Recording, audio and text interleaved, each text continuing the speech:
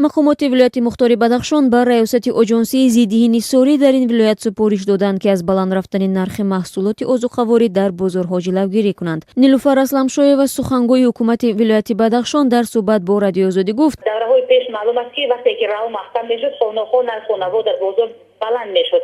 به همین خاطر محترم رئیس سپارش دادند که اولین چیزی که نظارت کرده شود همین است که نرخ خونه‌ها وای نشود، بلند نشود تا که مردم به ممنوعیت دسترسی داشته باشند به محصولات مورد نیازشون.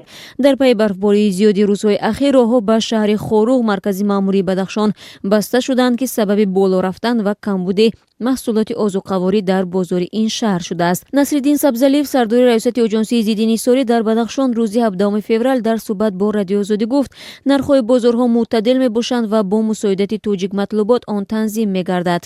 امروز کارتوشکا از 4 سوم به 2.5 فراوردیم. توجیه مطلوبات محصولات کشاورزی برآورد 2.5 کارتوشکا سبزی هم 2.5 از 4 سوم به 2.5 فراوردن. پیاز هم 2.5 نرخ دوشنبه 160 سوم. این هم در حالی است که ساکنان شهر خوروغ میگن بلند رفتن نرخ بعضی از محصولات عضوقه به شدت احساس می شود. لطفیه نور محمد و صاحب فروشگاه در شهر خوروغ با رادیو آزادی گفت با بسته شدن راه یک لخت فروش ها نرخ محصولات را گران میکنند. او به عنوان مثال گفت نرخ 1 کیلو مسکه قبلا 15 سومانی بود و حالا تا 18 سومانی رسیده است. به گفته این ساکن خوروغ محصولات های به مانند شیر و اکرچکه تماما کمیافت شده، نرخ 1 کیلوگرم پمیدور به 18 سومانی رسیده است. به گفته مقامات بدخشان تقریبا 100 خانواده در شهر خوروغ مرکز ولایت بدخشان به جایهای امن کوچ داده شدند.